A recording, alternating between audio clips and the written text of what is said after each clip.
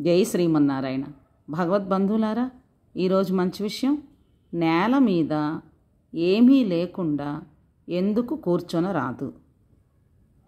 ఏమీ లేకుండా ఎందుకు కూర్చోకూడదంటే, చిన్న వస్త్రమైనా వేసుకొని నేల మీద కూర్చోవాలి. మహర్షులు తపస్సు చేసుకునే సమయంలోనైనా, బ్రాహ్మలు యజ్ఞ హోమాది సమయాల్లోనైనా నేల మీద ఆసీనులు అవ్వరు. ఎందుకంటే మన శరీరంలో విద్యుత్ శక్తి ఉంటుంది.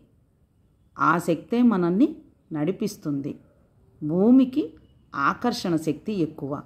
అందువల్ల నేల మీద ఏమీ లేకుండా కూర్చుంటే భూమి మనలో ఉన్న విద్యుత్ శక్తిని లాక్కుంటుంది. అంటే మనలో శక్తియుక్తులు సన్నగిల్లుతాయి.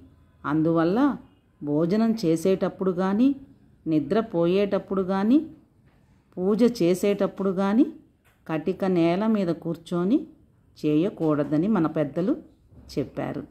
జై శ్రీమన్నారాయణ. వీడియోస్ నచ్చితే సబ్స్క్రైబ్ చేసుకొని సపోర్ట్ చేయండి.